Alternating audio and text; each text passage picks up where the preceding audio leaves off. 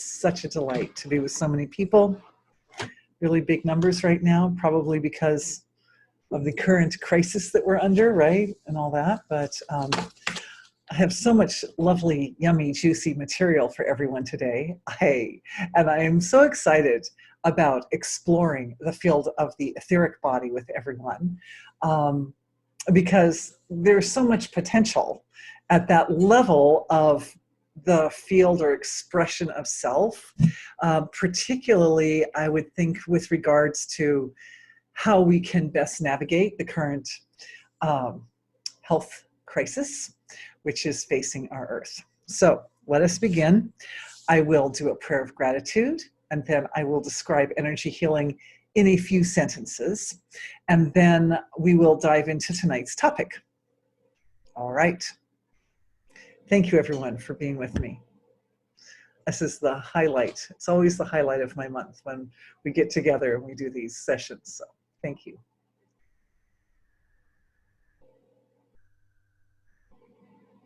To the silent source of creation, all gratitude for being, for consciousness as an instrument for healing,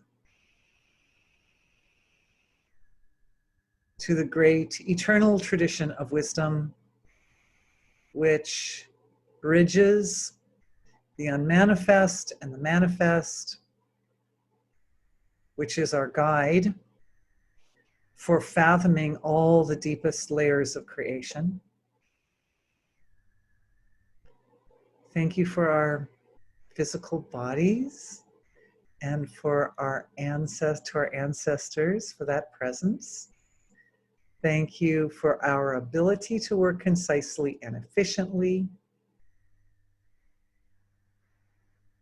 to bring forward the most essential and appropriate and necessary points, which address the very fundamentals or seeds of everyone's concerns, for the strokes of experience and understanding which come through these webinars, for all of us, for me too, and the progress that evolves from the cycle of experience and understanding back and forth.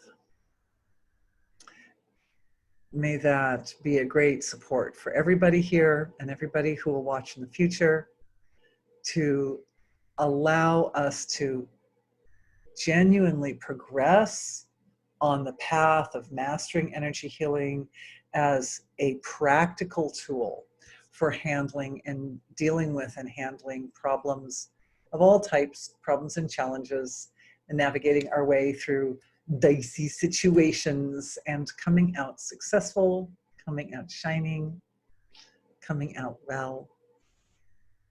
All right, that's the prayer. Thank you everyone for being with me. And happy Victory Day to everyone. I believe today's Victory Day, according to a Vedic calendar. It's a very special holiday. All right, so energy healing. Energy healing is using consciousness to heal. Consciousness is the instrument. And that idea is founded on the fact that consciousness is fundamental to all that is. It's the foundation of all physical material reality. So when things go poorly at the physical material level of creation, we can turn our awareness to consciousness, because the seeds of the imbalance lie in the field of consciousness, and the solutions also lie in the field of consciousness. And with our attention, which is a powerful tool, our powerful tool of attention, and with other powerful tools such as the pillars of Dharma, the 4 pillars of Dharma, 1, 2, 3, 4, and with truth being the main pillar. The pillars of Dharma is one of our tools. I would also I'd like to say, let's on this side put up our pure potential as another tool that we use, another form of consciousness, which is brilliant and accessible and highly transformative, and is a wonderful tool for dealing with, or for, I would say, supporting evolutionary transformation as the outcome of our experience. So, yeah, lots of good tools. There are other tools too, like medicines and stuff like that, but we use consciousness as a means of affecting change within its own nature. So consciousness affecting consciousness in order to promote evolutionary transformation. That's energy healing. And our attention is also consciousness, and it is accessible, and it is our great tool that we're used to using since day one. So it's not a difficult thing. It's something we can all do. Now, in these webinars, what we're doing is we're taking that whole energy healing concept a whole step further. And we're saying, okay, well, if one person folding awareness into their own nature and affecting their own consciousness with their own attention can promote healing, good healing effects for their own physiology, what can we do as a collective? How can we, as a collective, working together, focus our attention collectively in a nice big sort of unified flow or unified wave of conscious intention, make changes, promote changes in the relative, which are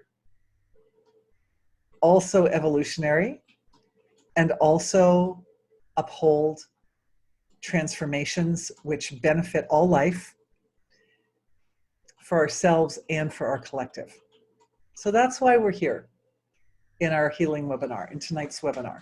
We're here mostly to focus our attention in the most intelligent and unified manner in order to make a difference, because we can, and everybody's doing what they can.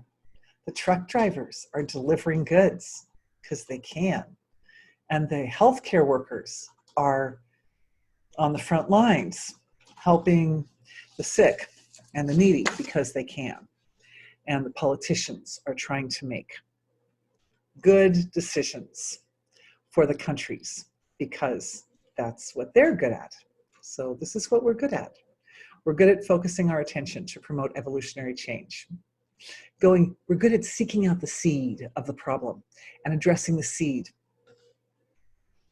Okay, so I am very excited about tonight's webinar. I've been feeling very excited about it all this time, even though I'm not 100% sure exactly where we're going to go tonight. I can feel the energy is kind of congealing even now in our collective in preparation for some journey this evening. So let us dive. The title, I have some papers here and lots of great questions that came in also. The etheric body and its role in promoting health. So many, many months, even years of focus in these healing webinars on the structure and the dynamic potential contained at very deep levels of consciousness, causal body, astral body. We focused a lot in those areas, and those of you who are familiar with my work will know that you can find lots of material online on YouTube and on my website that specifically lays out all the insights and all the understandings that have evolved through these sessions regarding the very, very deep and subtle structures of consciousness and how they impact the surface. But The reason I got the idea to do a webinar on the etheric body was because back in October 2019, which is at this point where I'm kind of starting to trace the roots of the current health crisis, by the way, the great fires that were consuming Australia, as you might recall, and the loss of life to over 2 billion or about 2.5 billion. I'm not sure exactly the number, but it was around there. Lives, 2 billion lives lost, not human lives, but animal lives, wildlife that were living in the areas where the fire was raging. Resulted in an awakening of consciousness, an awakening of awareness through Ayers Rock, otherwise known as Uluru. And this awakening spurred a change, like a really permanent change, it's like it was a catalyst, I would say, for a serious world transformation. Now, Uluru, like Mount Shasta, like Mount Kailash, I believe there's a place in Hawaii, and I'm not fully familiar with all of the spots around the earth, but I understand there are a number of them, are considered earth chakras. So they're considered spots where there is a congealing of consciousness and matter, because that's what happens in a chakra point, right? Is that we have a kind of a spinning, a location where consciousness and matter are spinning around each other. And the gross to the subtle are interacting. They're maintaining their integrity, but at the same time interacting with each other. So this is happening in these earth chakra areas. And Uluru went through a change through an interaction with the people, the indigenous people in Australia. And this change gave rise to an unblocking of obstacles, we could say obstacles on the level of consciousness in that area. And the result was awakening of a flow of awareness. Only today, I understand better now. I keep understanding, this was such a big thing that happened, you guys, that the comprehension of the importance of it continues to dawn in waves. So what it did was it added like a booster. It added the perspective of Earth's intelligence to the awakened perspective of human intelligence, specifically for the purpose of illuminating the subtle blockages that reside in the collective field of humanity, which have been burdening our world for a long time, like tens of thousands of years, at least 12,000 years, at least.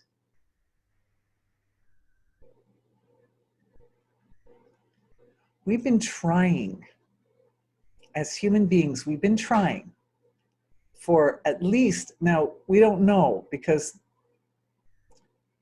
some written records, there are limited written records.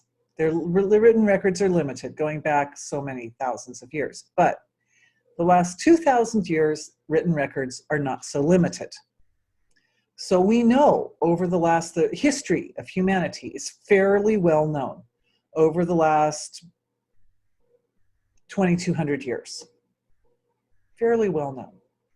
And what we've seen is humanity as a collective has been attempting through various failed means, or maybe partially successful means, to address this sort of deep, dark energy that's been kind of sitting on our earth and sitting within the family of humanity and responsible for a lot of the difficulties that we have been facing as a collective. We've been looking at it in our webinars. So as humans, we're looking at it, and we've been looking at it collectively for many generations. But now we have added to the light of our awareness, thank you to the circumstances around the awakening of Uluru, we have now added the perception, a level of perception, which, think of an artist or a photographer who wants to get like just the right lighting on their subject. And so they put up multiple lights around their subject. It's like that. We've been shining the light of human awareness on this issue. And it hasn't been sufficient to fully illuminate or reveal this underlying energies that we're blocking. But when Uluru woke up, that brought in, this was today's realization, it brought in a light which is coming to us from the perspective of the mineralogical intelligence of Earth. That's what the chakras of Earth are, right? They are points of intelligence, of mineralogical intelligence. That means these are points where there are rocks. But the rocks are together with these layers, these swirling layers of consciousness. So lots of deep intelligence at that spot, but coming from an angle like the photographer, from an angle so different from the angle of human intelligence that it really shines up some of the back areas that we were totally missing. So since Uluru's awakening, we've been seeing there has been a light shining on certain deep, deep areas of the field of collective consciousness of the Earth that were previously camouflaged, that were previously shrouded in illusion. And of course,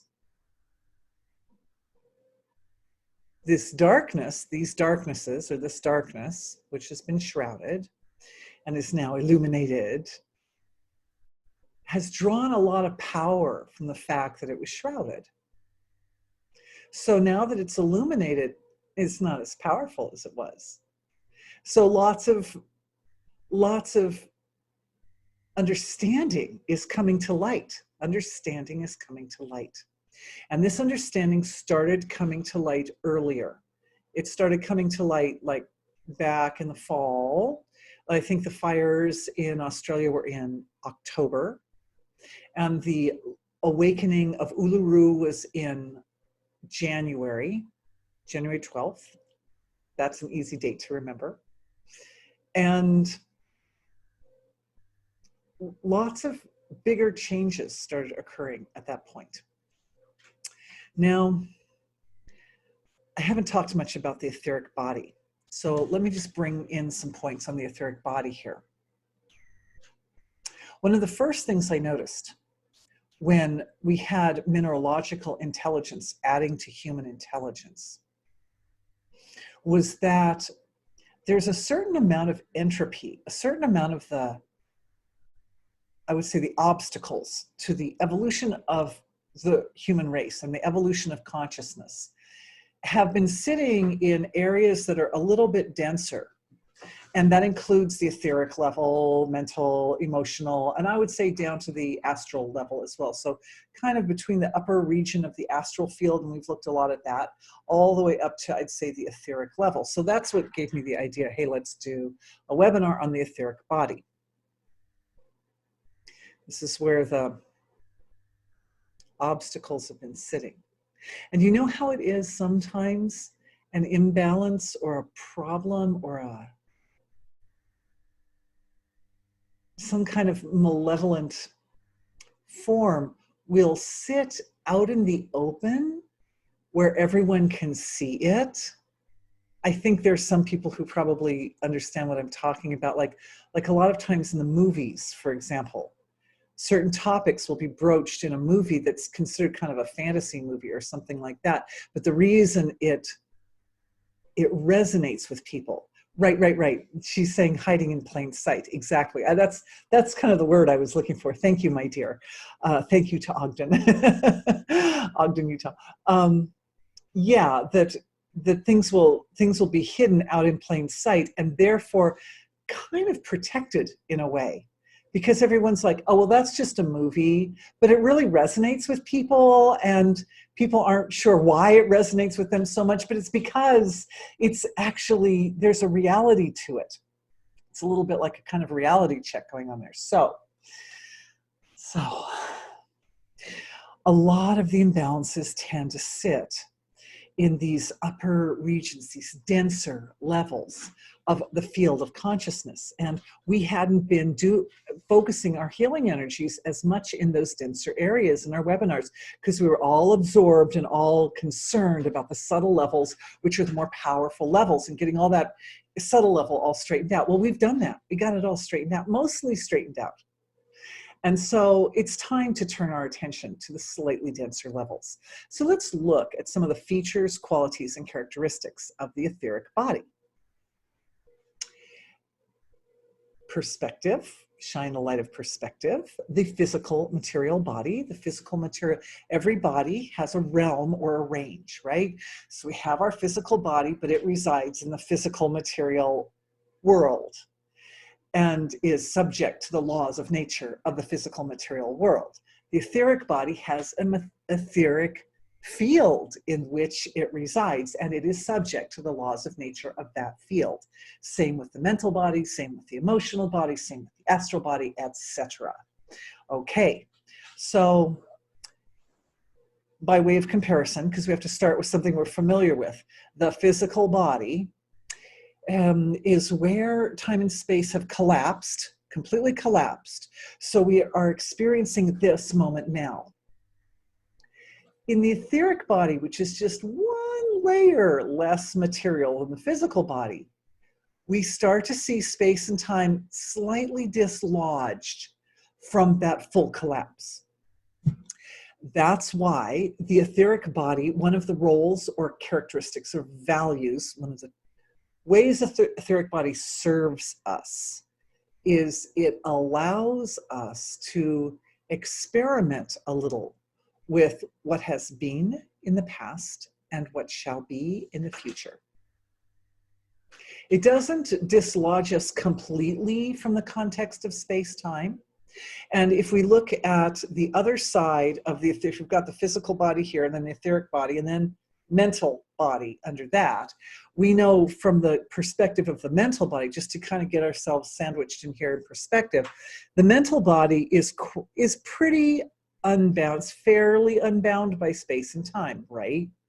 Like if we want to think about, say, the year 2000, or how about 1969? Wasn't that the summer of love? Something like that. You want to think about, or the roaring 20s, or some period, the Civil War period, all the different periods of history. All we have to do is just put our attention mentally, and we're there. But the way the mental body works, when we put our attention on some specific point in history, because we're talking about time right now, same with space though, right? You want to think about this lovely place in Africa or Ayers Rock. The mental body is still somewhat bound, because we're still at the mental level, we're still kind of thinking one thought at a time. So the mental body isn't, it's somewhat unconstrained, because you can just move through space and time quite effortlessly, but you're still kind of caught in whatever is that particular focus, whatever's the particular focus. When we get down to the causal and astral levels, every impulse of creative intelligence is rippling out into the whole field. I mean, even thoughts, like if we think about, say, the roaring 20s or something, you know, that thought also has its ripple effect, but certainly from an individual perspective, individual experiential perspective, that thought is just there. It's there with the 1920s until we decide to shift to something else. Okay. So in the etheric body, we're kind of in between these 2 points. The physical point where the collapse of space-time is quite complete, it's quite rigid, we could say. And then the mental body, which can be kind of basically anywhere we focus our attention.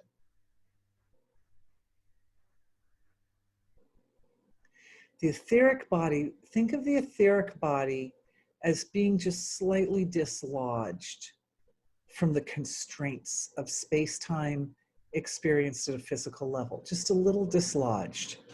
So the etheric realm is, the etheric body and the etheric realm are very closely associated with dream state and dream level of experience. That the way we function could, oh, question coming in. I will promise I'm going to look at questions a little closer to the end, but thank you for your enthusiasm and inserting a question. Dream state where we attend to, like we affect changes in ourselves and in situations and circumstances of the past for the sake of healing, and we explore future possibilities. This is one of the features of the etheric body and also dream functioning. I would like to add one thing here, and that is that there are moments in waking state where we get all of the subtle structure of our being lined up and coherent. And when that happens, relative material action and experience affects all the layers and all the levels. And this is very much what we're actually doing when we're engaging in the energy healing process from the waking state of consciousness, is we are just like the etheric body is kind of like the relative material body, but it starts to unhinge a little bit from the constraints. So we are unhinging a little bit from the rigidity of the constraints of the physical, and we're starting to pull in the resources of the subtler potential of our consciousness. So then in waking state, we have access to, and we are able to kind of leverage the range of potential of consciousness to perform actions which ripple out into the past and future, to traverse the field of creation in a more fluid way. And the etheric body is where that catalyst is, where you could say where that trigger is, or where that control function is, that allows us to shift from the mundane to the magical, from the everyday to the extraordinary. This key is held at the etheric level. It's part of the key of our human potential. And I think it's one reason why the obstructive energies or the more destructive functions in the field have sort of caused a kind of imploding in the etheric field around us. It's been kind of a conglomeration of obstruction, illusion, blockages of all kinds of discordant feelings, all kinds of, as soon as Uluru lit up, I looked at the etheric field and I went, dang, that's a mess in there. You know, that was my first reaction. When I looked at the etheric field, I'm like, oh, wow, there's been a lot of darkness hidden almost in plain sight, like right up at that dense level in the etheric field, with threads and cords that tied into the mental and emotional bodies, especially subconscious and unconscious levels of the mental body. And then also areas of the feeling in the heart. We might recall from previous webinars, finding something that looked like a spike or a little needle of imbalance that was sitting in the chest area. And that, my dear webinar participants, brings me to a story, which also brings me to a question. And I know we haven't done a healing yet, but we shall do more healings as we're going on. This was a question a lady asked in, yeah, she said that I told a story in a previous webinar and it was really delightful, and she's hoping I tell another story. So I have a really relevant story to share with all of you. So again, a story from Vedic tradition. And this is a story, I made a few notes just to make sure I get all the names and locations and details really correct. But this is a story, some of you know that we've been going back and forth in our emails a little bit about this story. So this is a story about a demon, basically. A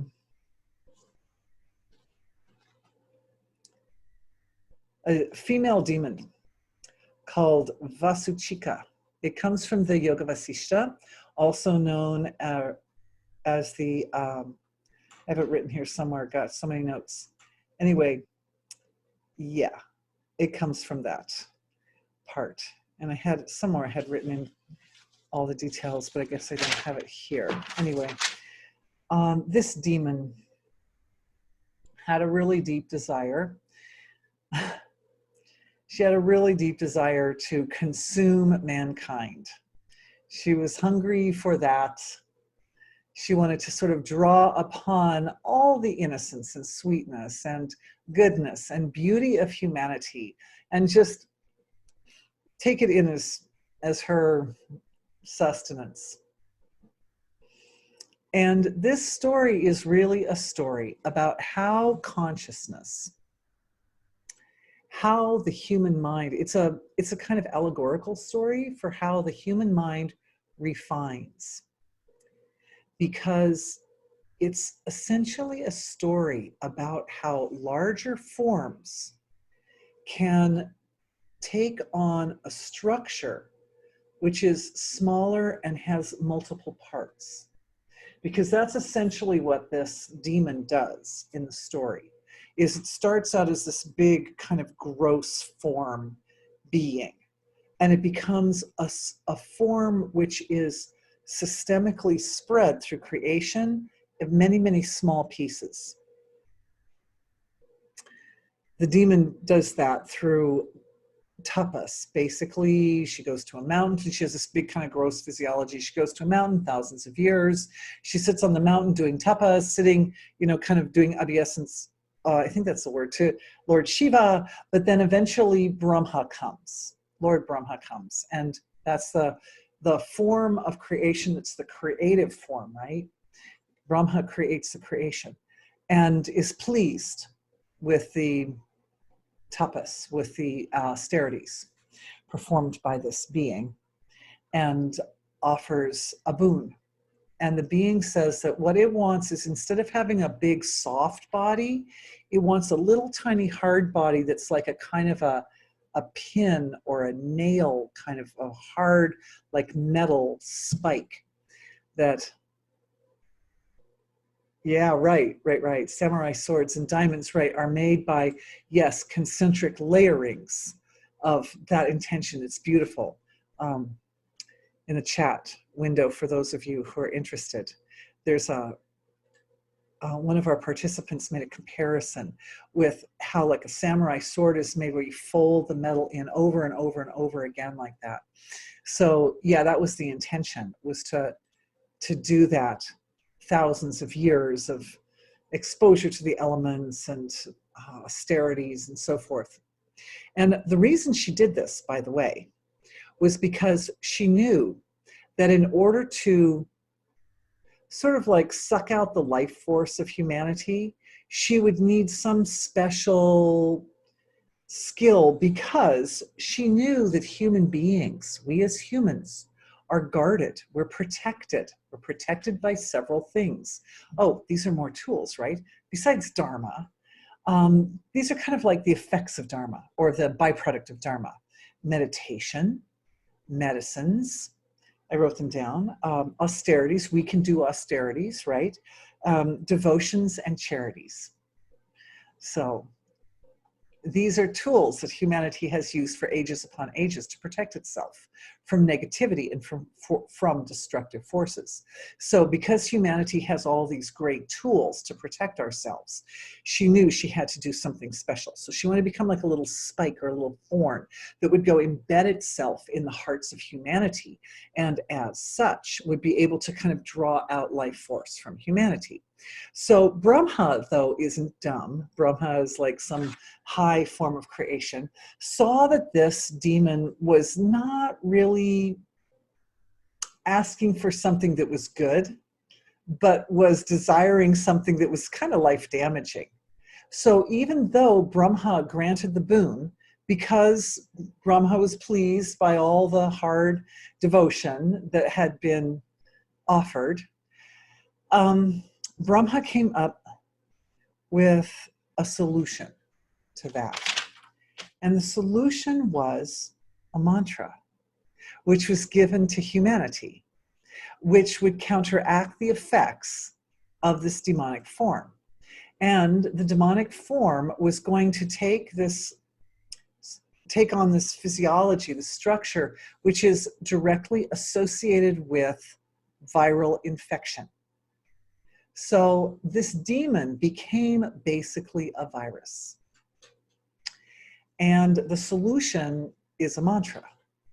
So I wanted to be sure that all of us, oh, by the way, there's a few points about the mantra that I kind of want to share, because I got some of this online, but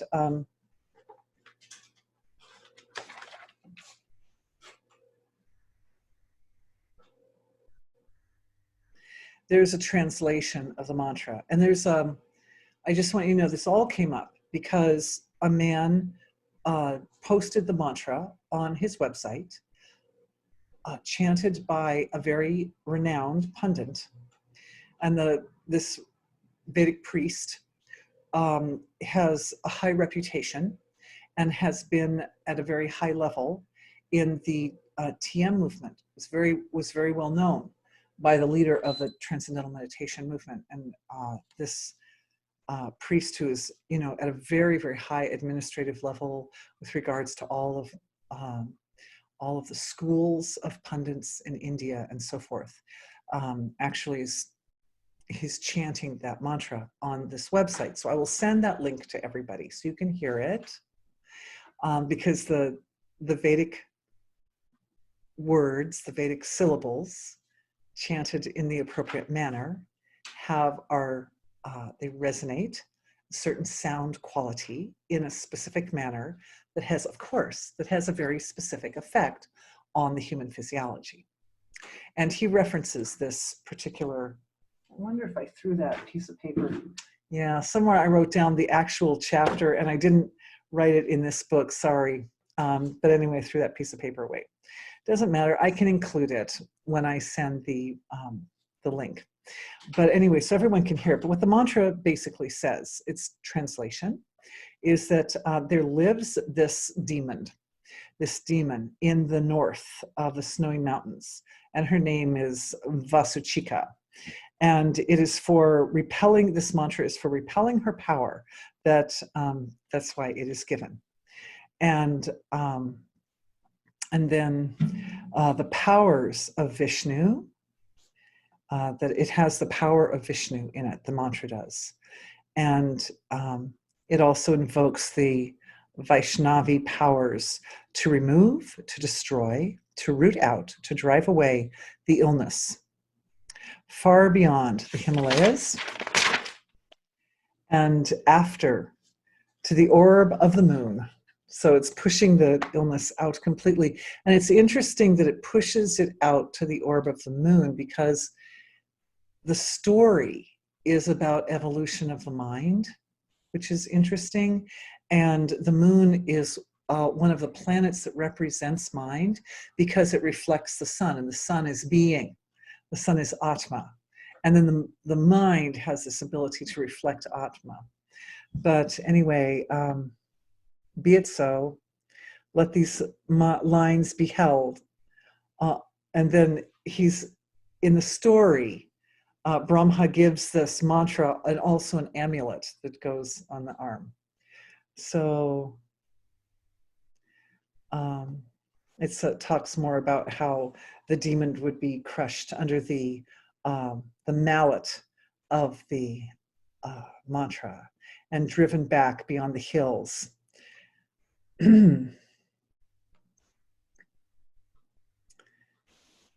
Let that person think of the medicinal moon to be seated in his heart. So that means the mind in a state. Oh, interesting. She's saying she's finding a correlation between the story and the story of Jesus pushing out Lucifer. It's beautiful. Yeah. Like essentially, these stories are allegories for a process that we go through as a collective over and over again. So this is the process that we're going through now. Anyway, there are a few other little points in there, but I can send links. We can send links to everybody. Unconditional love in the Sacred Heart is so beautiful. Beautiful. All right. So let's look. Looking into the heart of the situation.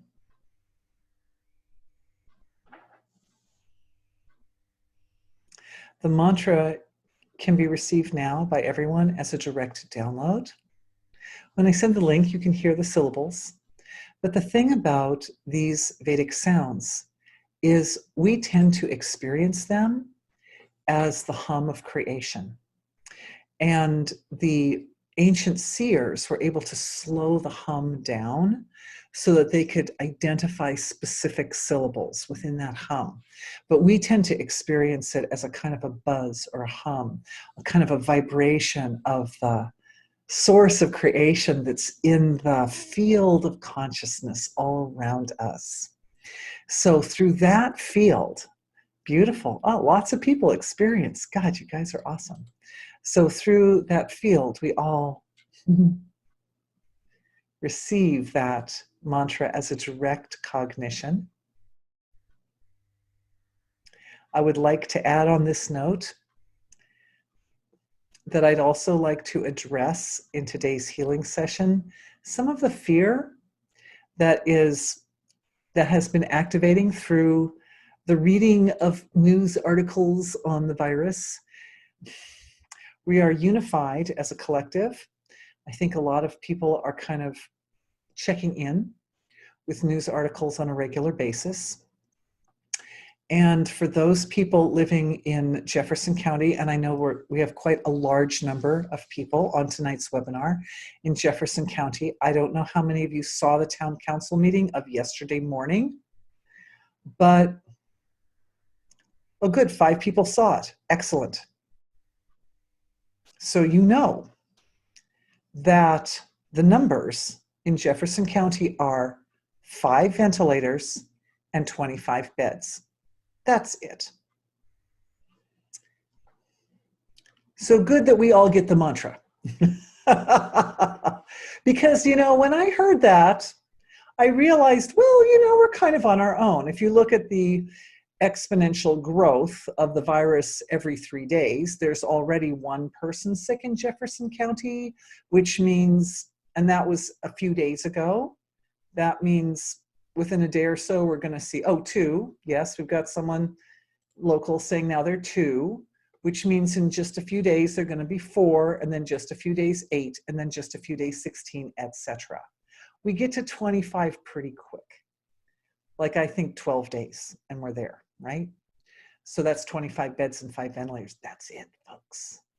So, and I think this is probably a common situation in other rural areas of America. Very little testing. There are 90 test kits in Iowa. That's it. Not 90 a day. That's just 90. So, and those are only being saved for people who come into the hospital super sick. That's it. So, we're a little bit on our own. And like I said, I would like to address the fear that's associated with all these types of statistics. I don't mean to be saying it to scare people. I'm saying it because we are being asked by Mother Nature, we are being asked by our world to find another solution, to find a deeper solution. It's like when my kids were in a program in school called Destination Imagination. And one kid would come up with a creative idea to solve. The kids were given a problem to solve. And one kid would come up with a creative idea. And you know how ruthless kids are. Some other kid would shoot it down, and they'd be like, oh, okay. So then they'd come up with another creative idea. Another kid would shoot it down. Another kid would come up with another creative idea. Another kid would shoot it down. And it would take them a long time to learn to work as a team so that they were finding solutions collectively that everyone could agree on was a great solution to the problem. And this time, we are working as a team, but part of the team is human, and part of the team is microbial, and part of the team is mineralogical. Part of the team is mineralogical. Why? Because our connection, one of our most common connections to our microbial brothers and sisters is through the mineralogical reality of our world. We think about that for a minute. We eat food. We eat foods because our amazing, incredible human bodies have the ability to process food and to break it down into its mineralogical constituents, which are then a support and a foundation for the microbial reality of our bodies. It's like the minerals are the physical channel through which we interact with our world, with the microbial level of our world.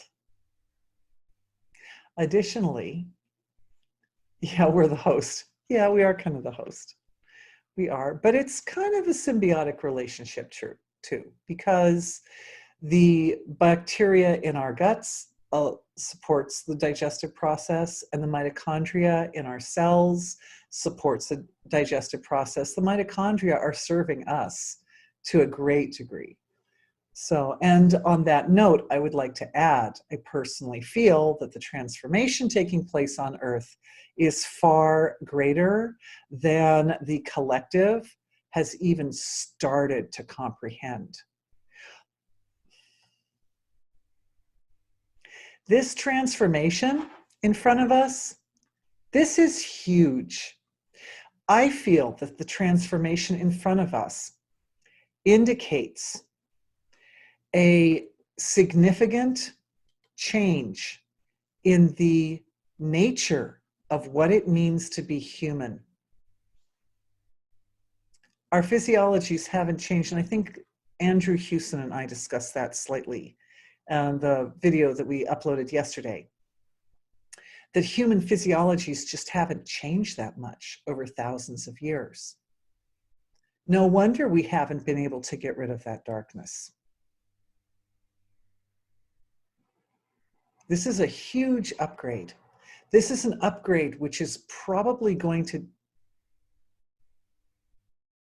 Okay, I'm going to answer more questions in just a little bit. I love you guys. But this is a huge upgrade for us physically. It indicates a physical change. Why? Every body on Earth is likely to have some interaction with this virus. Every body on Earth, think about that.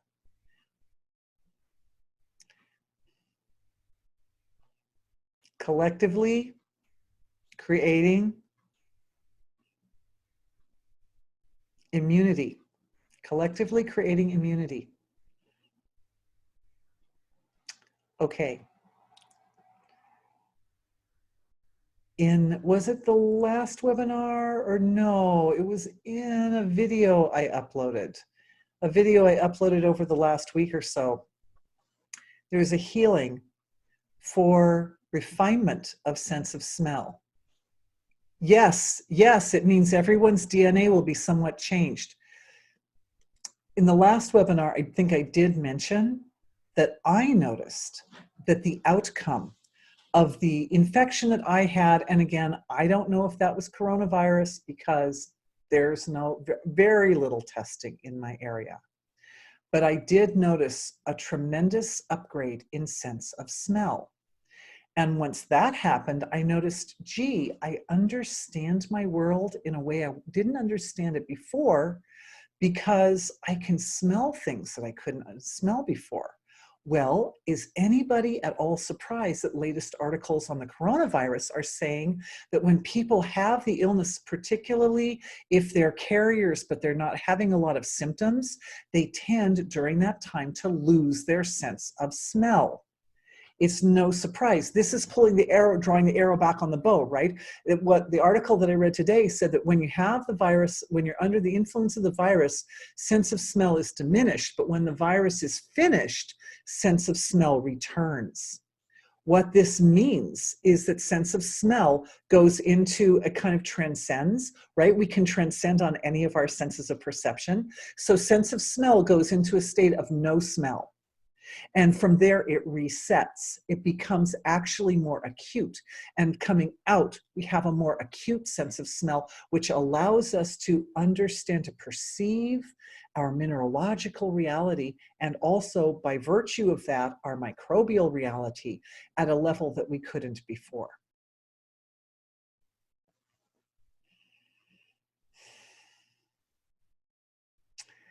Let's see. Lots of chats coming in. The virus is asking us to expand just like the planet is asking us to expand. She's activating us. Yes.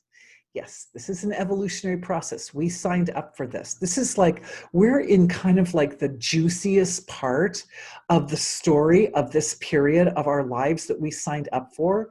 I mean, this was, you know, this was the time when the big transformations are coming down the pikes, and we are here and we are doing this. And it's really exciting. Yeah, and people's DNA is going to change because that's what viruses do. They change our DNA. But the DNA is changing specifically for the purpose of increasing good, wholesome, clear communication between human species and fine species. Those species that are like a little bit, it's like know your enemy, that are like that demon who made itself like a little spike and then it went out and all the spikes were everywhere in everybody's physiologies, like that. Species like that, like the microbial level of creation. We can say also mineralogical, minerals are everywhere. All right.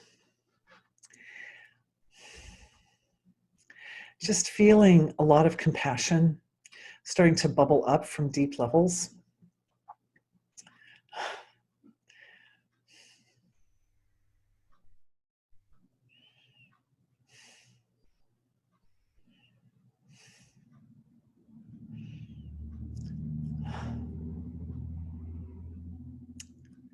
The fear tends to activate the system in such a way that we become a little more vulnerable to illusion. As we know, Dharma is one of our main tools. Dharma is one of the main tools for dealing. And we have our 4 pillars of Dharma over here. Truth is the big tool. Truth is the big one. And illusion is like a little spike, like my little finger, going into the pillar of truth. That little spike is a kind of, it's like it attacks the pillar of truth, illusion. And when illusion is there, it particularly weakens the etheric body. Because the etheric body is in such an environment, it functions in such a way that there's a little bit of play in what we consider to be reality at the etheric level. Like at the physical level, there's no question. Whatever's happening in the present moment, that's what's happening. But in the etheric present moment, it's like there's a little more play in the steering wheel. And so the line, the fine line between what's real and what's illusory becomes a little bit blurry. And because I don't think that's necessarily a bad thing, because that's just the way the etheric body functions. But that fuzziness between what is reality, like what is definitely going to happen in the next moment, and what might happen in the next moment, that fine line is a spot where illusion can creep in.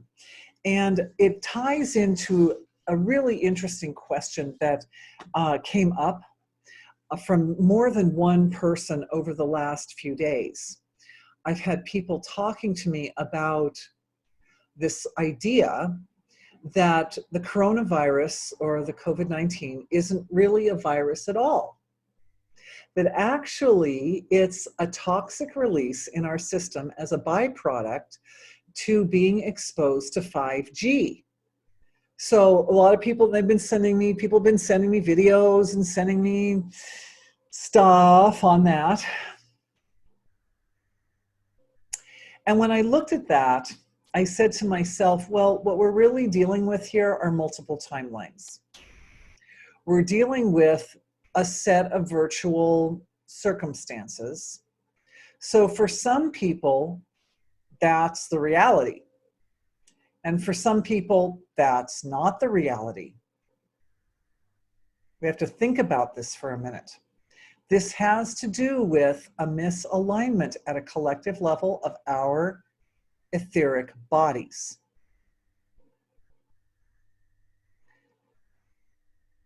I like to support everybody. I have Jupiter in the first house. Jupiter's a teacher. Jupiter likes to be like, what do they call, like a cheerleader teacher. I like to support people and help in a cheerful, sort of very ebullient or, uplifting way. I like to help people in an uplifting way. But here you're going to see, I also have Saturn in the first. So here you're going to see another piece of me, because I have my own personal opinions about this. Thinking delicately, we're looking at multiple timelines. We need to heal the timelines. The timelines are accessible. Yeah, thank you. She's like, just spit it out, girl. Okay, so the thing is, the timelines are accessible. Multiple timelines are accessible through the etheric body. When there is garbage in the etheric body, when the etheric body is blocked up and obstructed, then what happens is these warped timelines tend to manifest, or they tend to show themselves. They tend to come in and dominate awareness. When that happens, they are the reality. Like, I listened to the guy on the YouTube video talking this thing. But the problem is that I found holes in his logic. Like, one of his points was that the fact that the virus started in Wuhan, China, was correlated with the fact that 5G also started in Wuhan, China. Well, of course, you know me, first thing I did was I started Googling, what was the first city in China that had 5G? Well, guess what? It wasn't Wuhan, it was Shanghai, at least according to Google. So I replied to one person, I said, well, like, that's not what Google says. Google says that Shanghai was the first city. So what's he doing telling us it was Wuhan? And her reply was, well, Google is in on the conspiracy, and so therefore Google probably isn't telling us the truth. So you can see how we start to get into these paradoxes, right? Because then if you say, well, okay, well, Google's also in on the conspiracy, then it's like layers and layers of conspiracy start rolling in on themselves. But the thing is, there are other things like that. Like, there are people who say, well, man didn't land on the moon. Man didn't land on the moon. That was done in some backlot in Hollywood. It was completely fabricated and so forth. But the thing is, I have to thank certain family members for having given me this metaphor. I see a smile over there. Yeah, is that the thing is that if the moon landing, it's 1964 moon landing. Is it 64? Yeah. 69, sorry. 1969. If that actually happened in a back lot in Hollywood, lots and lots and lots of people would have worked on it. And over time, there would have been whistleblowers. There would have been people who came forward and said, oh yeah, I was the makeup guy, or I was the person who, you know, made the props or something like that. And that like didn't happen. That didn't happen. So there are still people who think, oh, that was fake.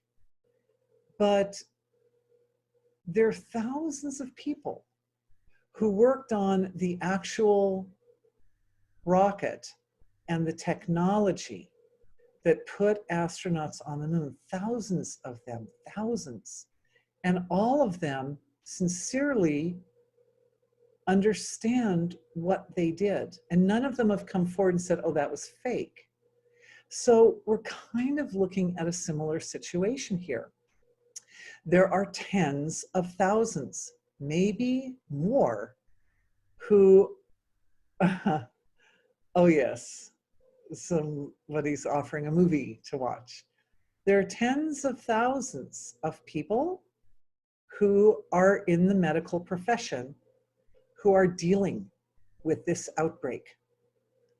And there are immunologists and endocrinologists and people who specialize in infections of all types and varieties. And they're working on this. And none of them are coming, none of the people who are actually directly involved are coming forward and going, this is fake. Like they're not. It's not happening. Maybe later, I might eat my words, maybe. But at the moment, my take is that, and I looked at, right, truth and discernment, yeah. And another part of that is that one person sent me the maps that showed where the coronavirus is and where the 5G is. And they look really similar. But the map of where coronavirus is from March 11th. That's like ancient history with our coronavirus. Every 3 days it doubles. Right now, the map of coronavirus is all over the place. It is not. And there are lots of places. There are places in Africa. There are lots of places where there's no 5G. There is coronavirus. So, you know, it's like they just took this one map. And of course, the map from March 11th was showing the developed countries where there was more international travel, which of course were the first places where the coronavirus started showing up. But of course, the developed countries where there's more international travel also happen to be the countries where 5G was more likely to already have been rolled out. So my take is it's a coincidence, because right now the maps do not line up. So if we look at old maps, it kind of starts to look like that, but if we look at current maps, it doesn't. Even if this fellow made a mistake in saying Wuhan was the first place 5G in China, everything he said may not be wrong. Yes, I agree. Thank you. Thank you. Yes, that's true. That's true. He did make the point that at times in the past when a lot of, where there was a big shift in the electromagnetic field around humanity, there were outbreaks of illness, and we also saw that in Fairfield. I have to say that there were a lot of colds and flus that ran through Fairfield when we got our towers. We got some towers around November, and a lot of people got sick for a while. So no, I'm not discounting it entirely. I'm not discounting it entirely. And I think ultimately the truth may be somewhere in between.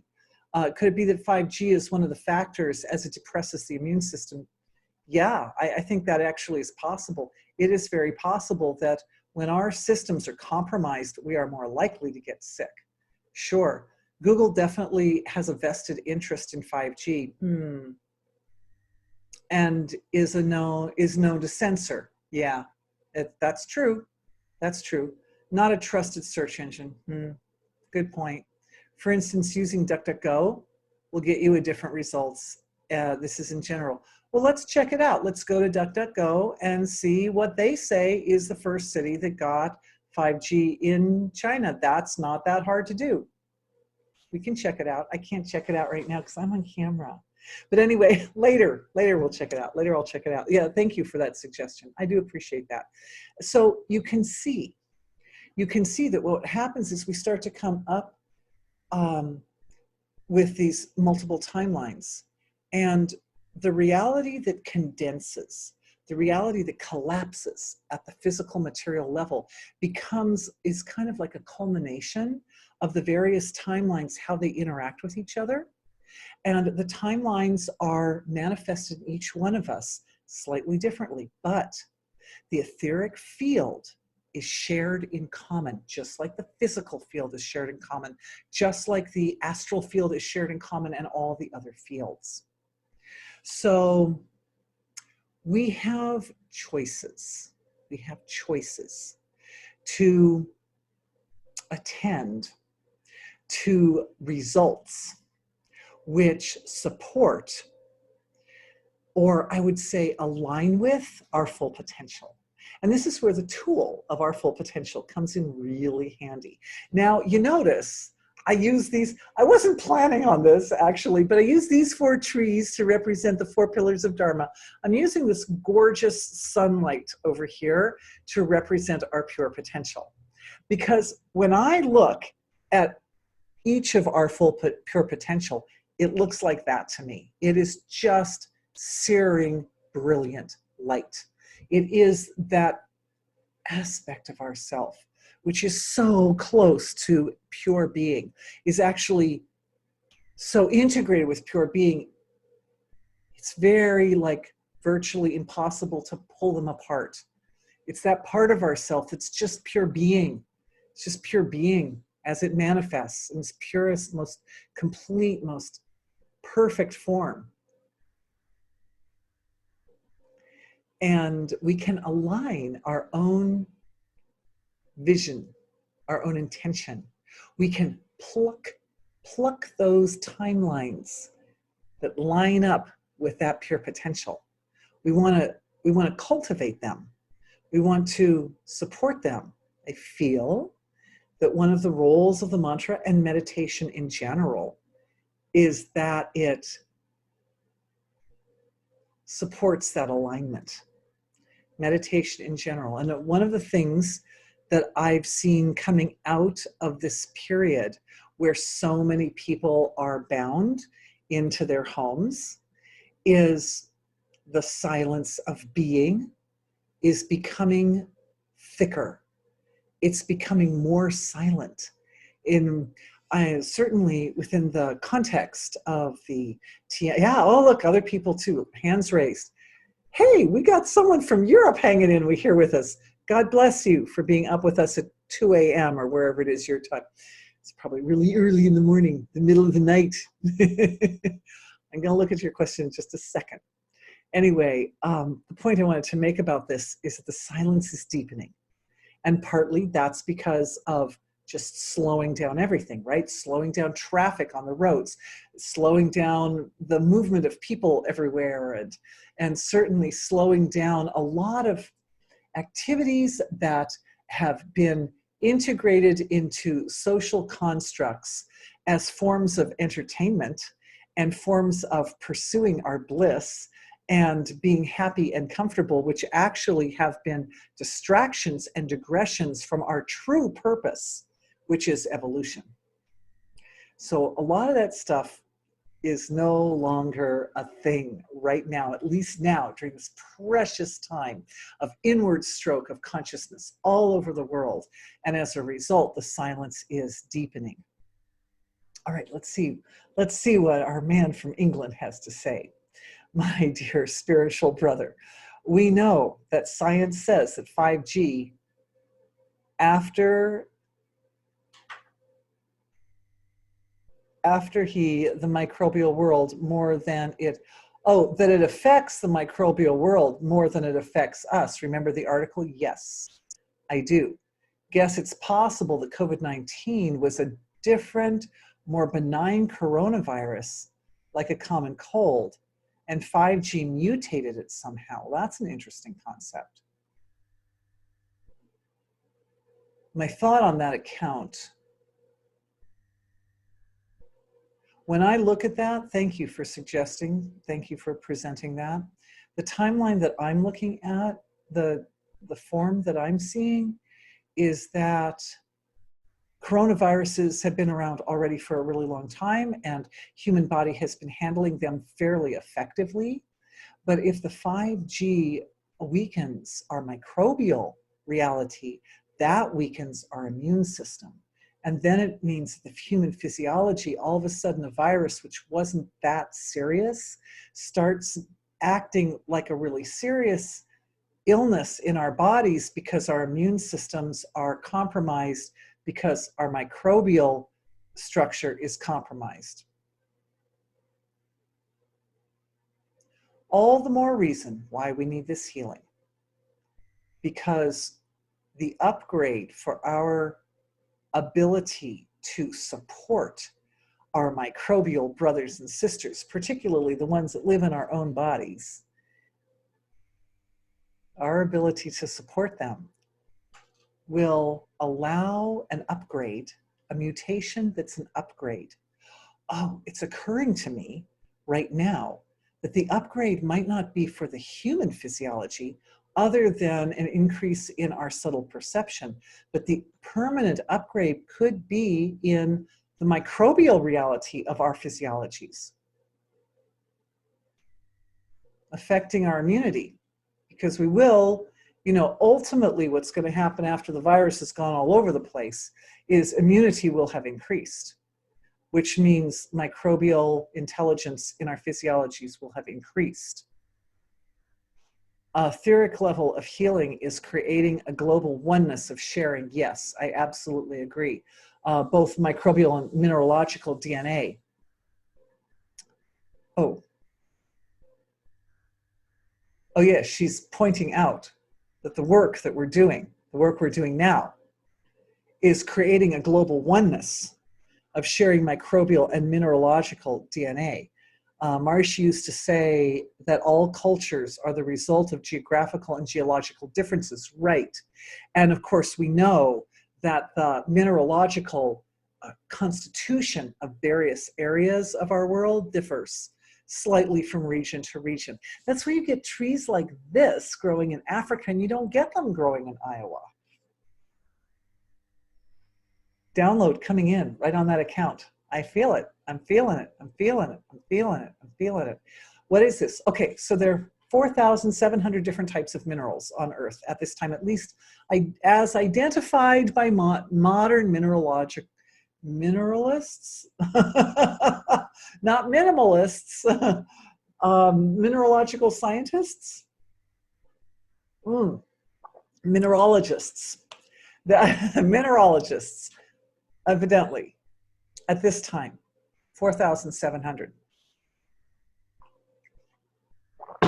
These 4,700 minerals are a byproduct of an interaction between all sorts of natural phenomenon which have impacted the minerals which originally formed our solar system and originally formed our Earth, including the presence of life on Earth, which has changed the atmosphere on Earth, right? Because as soon as bacteria and life forms started living on Earth, they started producing more oxygen and carbon and different forms like that started increasing, and that increase gave rise to things like reduction, like different metals then could reduce and become other metals and things like that. So it caused, and that's one way that living things impacted the mineralogical evolution of Earth. I see mineralogical evolution occurring through this process.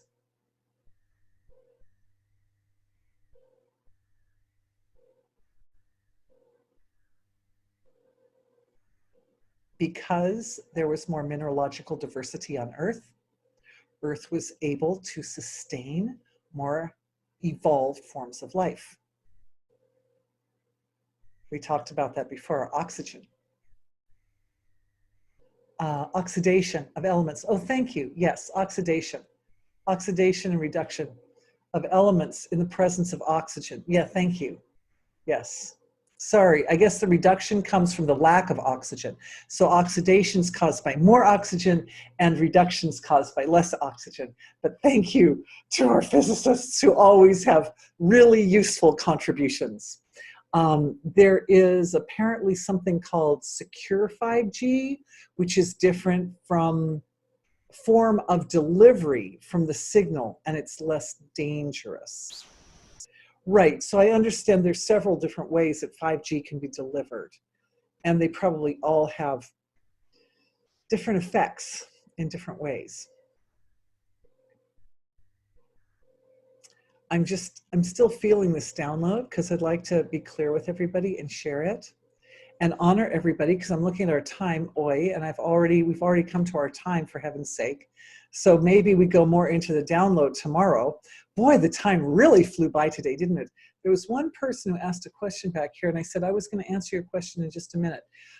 Did you say a mantra to be repeated, Dorothy?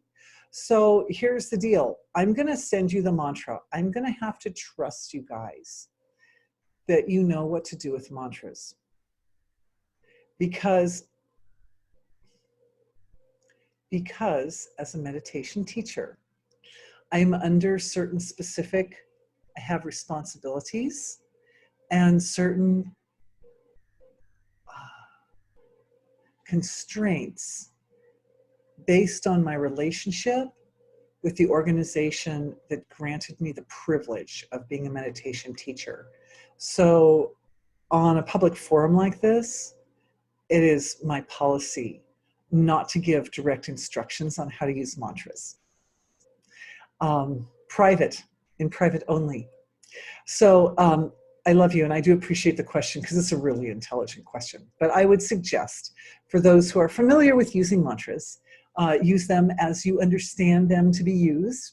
And for those not familiar with using mantras, I encourage you to receive personal one-on-one instruction on how to use mantras, because that's one of those things that really requires a one-on-one by a certified teacher, in my opinion.